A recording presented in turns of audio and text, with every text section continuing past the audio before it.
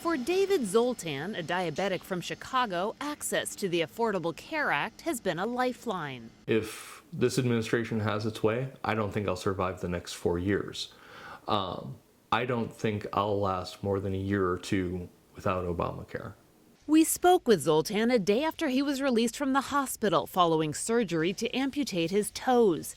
We originally met him in 2012, 2 years after he was among the first to sign up in Illinois for a health plan under the Affordable Care Act for people with pre-existing conditions.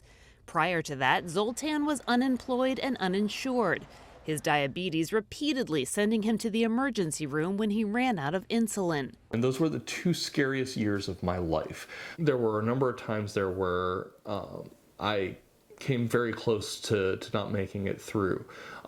And quite frankly, if I have to do that again, I don't know if I'll survive. Zoltan is far from alone in his support of former President Barack Obama's healthcare law. According to a new AP NORC poll, 53% of Americans say they want to keep the law. But nearly as many, 46%, say they want to see the law repealed. And few want to keep it entirely in its current form. I felt like this kind of got just pushed on us. Nebraska accountant Todd Blome insures his family of 5 through Obamacare, but he believes the system is in dire need of change. Over the past 4 years, Blome says he's seen his premiums go up a whopping 250%. And despite early promises that he'd be able to keep both his insurance plan and his doctor, he says neither has been the case. I actually believed that I was going to be able to keep my existing plan, and so I was a little surprised when immediately, right out of the gate, I was told, nope, those plans are gone.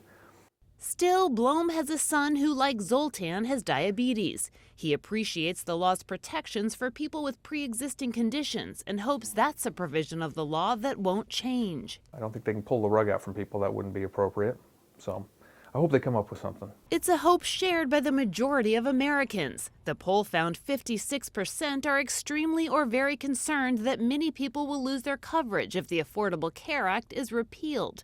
Hours after taking office, President Donald Trump followed up on his campaign pledge to repeal and replace the law, signing an executive order to begin the process.